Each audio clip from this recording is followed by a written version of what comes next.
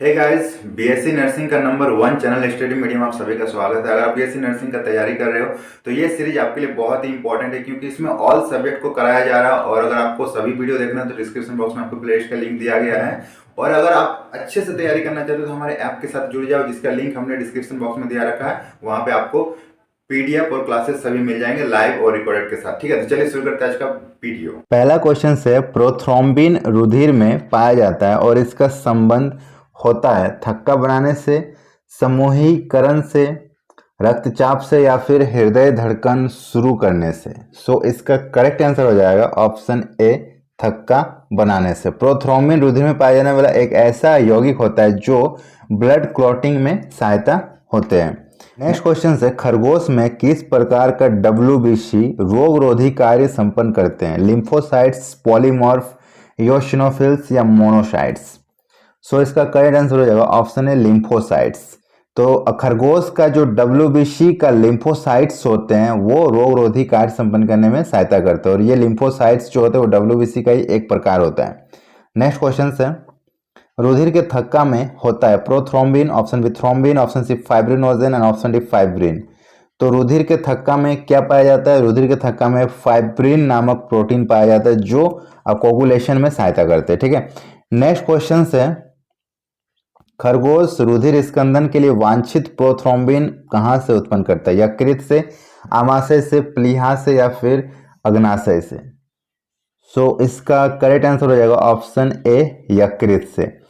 रुधिर स्कंदन के लिए जो प्रोथ्रोम्बिन होता है उसको यकृत सिक्रीट करता है। ठीक है, यकृत के द्वारा ये प्रोथ्रोम्बिन सिक्रीशन होता है और ये आगे जाके ब्लड का कोगुलेशन में सहायता करते हैं। ठीक है, तो खरगोश में ये फंक्शन होता है। नेक्स्ट क्वेश्चन है RBC के लिए कौन सा कथन सत्य है? ऑप्शन ए, बाइकॉन्केव, केंद्रक विहीन एवं वृत्ताकार। ऑप्शन बी, बाइकॉन्वेक्स, केंद्रक विहीन एवं अंडाकार। ऑप्शन सी, बाइकॉन्केव, केंद्रक विहीन एवं अंडाकार। एंड ऑप्शन डी उपरोक्त में से कोई नहीं। सो इसका करेक्ट आंसर हो जाएगा RBC जो होते हैं वो बाइकॉन्केव होते हैं।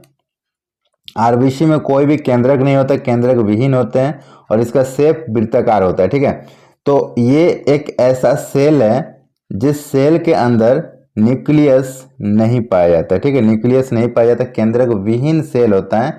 और ये ब्लड में पाया जाता है। तो ब्लड क्या होंगे? ब्लड होंगे टिश्यू, क्योंकि यहाँ पे बहुत सारे सेल्स पाए जाते हैं, जैसे कि RBC हो गए, WBC हो गए, प्लेटलेट्स हो गए। तो ये सारे सेल है, और जब बहुत सारे सेल एक जगह पे पाए जाएंगे तो उसको हम लोग टिश्यू बोलेंगे। तो ये ब्लड जो है ये कनेक्टिव टिश्यू है और इसके अंदर पाया जाता है सेल। सेल में RBC है और हर एक सेल के अंदर न्यूक्लियस होता है, लेकिन ये RBC एक ऐसा सेल है जिसके अंदर न्यूक्लियस नहीं पाया जाता। ये न्यूक्लियस विहीन सेल होते हैं और इसका शेप जो होता है वो वृत्ताकार होते हैं। ठीक है, और बाय कॉन्केव होते हैं। नेक्स्ट क्वेश्चन की ओर बढ़ते हैं, और नेक्स्ट क्वेश्चन से फाइब्रिन का उत्पादन स्थल कौन सा है? WBC, RBC, रुधिर प्लेटलेट्स या फिर लिम्फोसाइट्स। फाइब्रिन का उत्पादन स्थल है, तो फाइब्रिन का उत्पादन स्थल हो जाएगा रुधिर प्लेटलेट्स। रुधिर प्लेटलेट्स में फाइब्रिन का उत्पादन होता है। ठीक है, नेक्स्ट क्वेश्चन की ओर बढ़ते हैं, और नेक्स्ट क्वेश्चन है रुधिर समूह AB में क्या होता है? एंटीजन नहीं होता है, एंटीबॉडी नहीं होता है, स्कंदन गुण नहीं होता, या फिर ये सभी नहीं होता है। तो रुधिर AB में एंटीबॉडी नहीं पाए जाते। ठीक है, देखो ब्लड ग्रुप A में A एंटीजन पाया जाता है। ठीक है, एंटीजन एंटीजन एंटीजन A पाया जाता है, और एंटीबॉडी एंटीबॉडी एंटीबॉडी B पाया जाएगा। ठीक है, ब्लड ग्रुप B में एंटीजन B पाया जाएगा और एंटीबॉडी A पाया जाता है।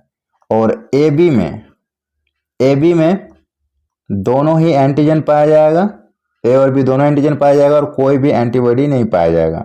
और O में कोई भी एंटीजन नहीं पाया जाएगा और दोनों ही एंटीबॉडी पाया जाएगा। तो वहीं AB जो है इसमें कोई भी एंटीबॉडी नहीं पाया जाता। ओके, नेक्स्ट क्वेश्चन से बढ़ते हैं, और नेक्स्ट क्वेश्चन से यदि किसी पुरुष का रक्त वर्ग जो है वो RH प्लस है और स्त्री का RH माइनस है तो पहला बच्चा मर जाएगा। ऑप्शन बी, पहला बच्चा जीवित रहेगा, दूसरा बच्चा मर जाएगा। ऑप्शन सी, कोई बच्चा नहीं होगा। एंड ऑप्शन डी, इनमें से कुछ भी नहीं होगा। तो इसका करेक्ट आंसर हो जाएगा ऑप्शन बी, पहला बच्चा जीवित रहेगा, दूसरा बच्चा मर जाएगा। ये जो है ना, ये RH एंटीजन है, RH एंटीजन है, ठीक है। तो जिसमें RH एंटीजन पाया जाएगा उसको RH प्लस फैक्टर बोलेंगे, और जिसमें RH एंटीजन नहीं पाया जाएगा वो RH माइनस कहलाते हैं, ठीक है। तो अगर मेल में RH प्लस है और फीमेल में RH है ही नहीं, RH फैक्टर, तो अगर ये ब्लड जब फीमेल के RH फैक्टर विहीन ब्लड में जाएंगे तो फिर वो इसके प्लस को रिकॉग्नाइज नहीं कर पाएंगे, मतलब RH फैक्टर को रिकॉग्नाइज नहीं कर पाएंगे। तो पहला बच्चा में तो कोई दिक्कत नहीं होगा, लेकिन दूसरा बच्चा में क्या होगा, ये जो है ना, ये फॉरेन मटेरियल इसको समझ लेंगे और इनका जो इम्यून सिस्टम है वो इसके खिलाफ खड़ा हो जाएगा और ये इसको एक वायरस या बैक्टीरिया की तरह ट्रीट करेंगे और फिर अपना जो इम्यून सिस्टम है वो उस बच्चे को मारने में लगा देंगे और अपना ही शरीर में जो ब्लड है वो उस बच्चे का दुश्मन हो जाएगा और फाइनली जब बच्चा पैदा होगा तब तक वो उसको मार चुका होगा, ठीक है। तो ऐसे कॉम्बिनेशन बहुत ही डेडली होते हैं, हमेशा ब्लड ग्रुप करेक्शन होना चाहिए, नहीं तो सेकंड बच्चा हमेशा मर जाता है। चलो नेक्स्ट क्वेश्चन को बढ़ते हैं और नेक्स्ट क्वेश्चन से, याकृतिक सीरा में होती है ग्लाइकोजन की अधिक मात्रा, ऑप्शन बी कम राइबोफ्लेविन, ऑप्शन सी कम विटामिन एंड ऑप्शन डी अधिक यूरिया। याकृतिक सीरा में क्या होता है? तो याकृतिक सीरा में अधिक यूरिया होता है, ठीक है। याकृतिक सीरा सबसे ज्यादा, अगर बोला जाए शरीर में सबसे ज्यादा यूरिया कहाँ पाया जाता है, सबसे ज्यादा यूरिया तो वो होगा याकृतिक सीरा में। सबसे ज्यादा यूरिया की बात अगर किया जाए तो वो याकृतिक सीरा में होगा, ठीक है। और सबसे कम रीनल सीरा में, सबसे कम रीनल सीरा में,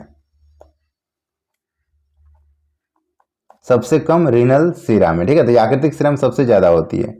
नेक्स्ट क्वेश्चन है, केचुए के रुधिर का लाल रंग किसके कारण होता है? हीमोग्लोबिन, क्लोरोक्यूरिन, एरिथ्रोक्यूरिन या फिर हीमोसाइनिन।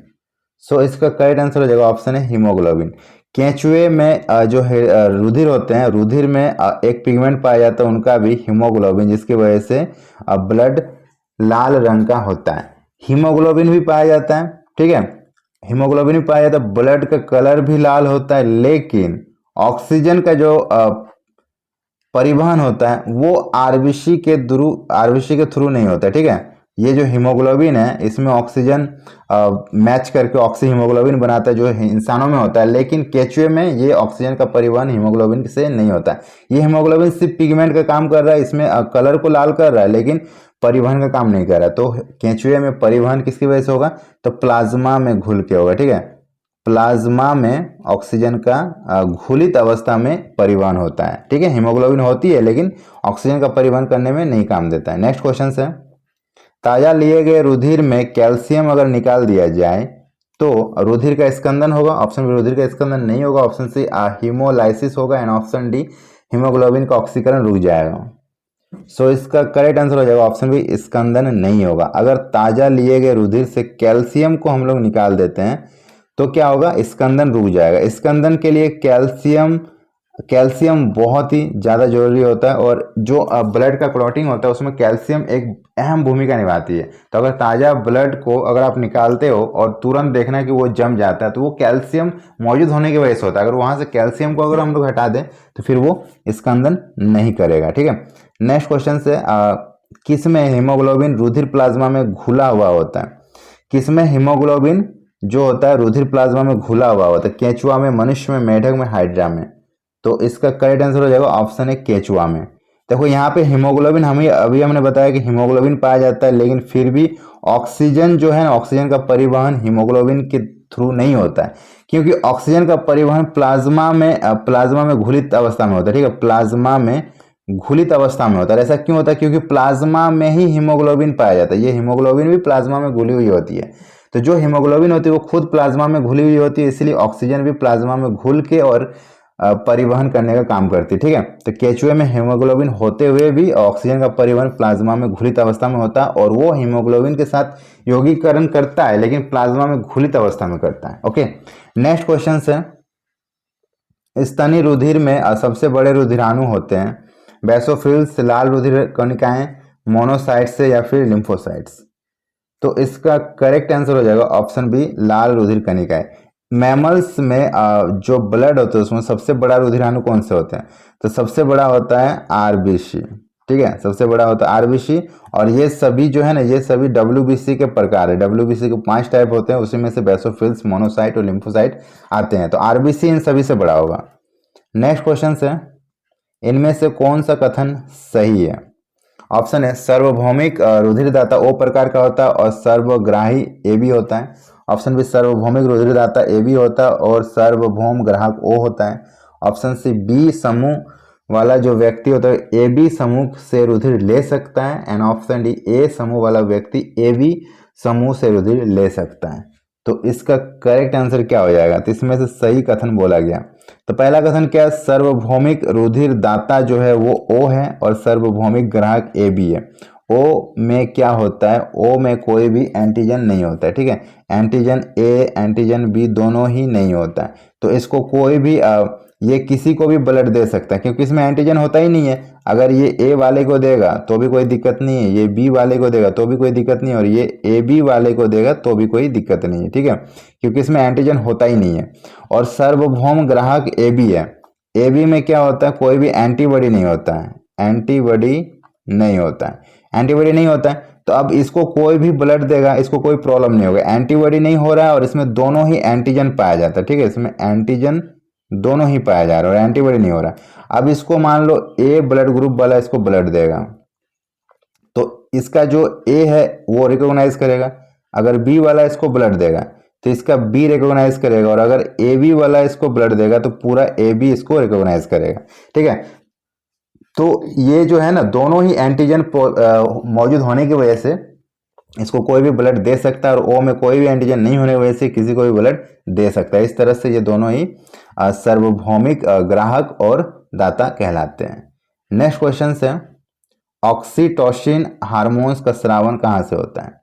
थायराइड से, थाइमस से, पिट्यूटरी से या फिर एड्रिनल से?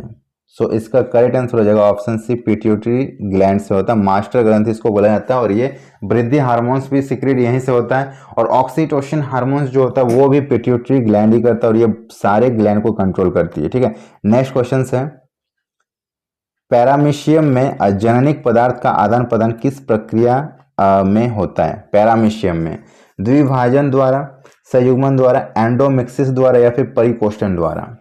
तो इसका करेक्ट आंसर हो जाएगा ऑप्शन बी, संयुग्मन द्वारा। ठीक है, पैरामीशियम में संयुग्मन द्वारा जेनेटिक मटेरियल्स का आदान प्रदान किया जाता है। नेक्स्ट क्वेश्चन है, ओवेस्टेसिस होता है कॉकरोच में, झिंगुर में, द्विलिंगी घोंघा में या फिर मक्खी में? तो ये किस में पाया जाएगा? ये पाया जाएगा द्विलिंगी घोंघा में। एक ऐसा घोंघा जिसमें मेल रिप्रोडक्टिव ऑर्गन्स और फीमेल रिप्रोडक्टिव ऑर्गन्स दोनों ही प्रेजेंट होता है, उसमें आपको ये प्रोसेस देखने को मिलेगा। ठीक है, ओवोस्टेसिस प्रोसेस आपको द्विलिंगी घोंघा में देखने को मिलेगा। नेक्स्ट क्वेश्चन से, फीता कृमि की कौन सी प्रावस्था मानव के लिए संक्रामक होती है? Miracidium, option B cercaria, option C bladder worm and option इनमें से कोई नहीं। सो इसका करेक्ट आंसर हो जाएगा ऑप्शन सी, ब्लैडर वर्म। जो ब्लैडर वर्म होती है वो फीता कृमि की एक प्रावस्था होती है जो मानव के लिए सबसे ज्यादा संक्रमण क्रिएट करती है। नेक्स्ट क्वेश्चन से, टीनिया तथा अन्य फीता कृमियों में आहार नाल नहीं होता है क्योंकि ये भोजन किस रूप में ग्रहण करते हैं? मुख द्वारा, चूसकों द्वारा, त्वचा द्वारा या फिर इन सभी के द्वारा? सो इसका करेक्ट आंसर हो जाएगा ऑप्शन सी, त्वचा द्वारा। ठीक है, टीनिया और अन्य फीता कृमियों में जो भोजन का ग्रहण होता है वो त्वचा द्वारा होता है। ठीक है, त्वचा द्वारा होता है, और इसलिए त्वचा द्वारा होने की वजह से उसमें आहार नाल नहीं पाया जाता। तो ये क्वेश्चन वेरी इंपॉर्टेंट है कि आहार नाल किस में नहीं पाया जाता? टीनिया और फीता कृमि में आहार नाल नहीं देखा जाता। ठीक है, नेक्स्ट क्वेश्चन से, इनमें से कौन सा सेट वर्गीकरण के दृष्टिकोण से ठीक है? ऑप्शन ए संघों के रूप में एनेलिडा एवं प्रोटोजोआ, ऑप्शन बी संघों के रूप में ऑर्थोपोडा एवं हाइड्रोजोआ, ऑप्शन सी असंघों के रूप में क्रस्टेसिया एवं ओलाइगोकीटा, एंड ऑप्शन डी वर्गों के रूप में एविज एवं कार्डेटा। तो इसका करेक्ट आंसर हो जाएगा ऑप्शन है संघों के रूप में एनेलिडा और प्रोटोजोआ। ये दोनों संघ है ना, तो ये दोनों संघ के रूप में वर्गीकृत किया गया है, तो ये करेक्ट है। और देखो ऑर्थोपोडा और हाइड्रोजोआ, तो ऑर्थोपोडा तो है लेकिन हाइड्रोजोआ नहीं है। यहाँ पे देखो क्रेस्टिसिया भी नहीं है और एविज नहीं है, कार्डेटा है एविज नहीं है, और लाइगोकार्टेटा ये भी नहीं होता है। तो दोनों ही दृष्टिकोण में अगर आप देखोगे तो एनेलिडा और प्रोटोजोआ दो संघ है अलग अलग, ठीक है।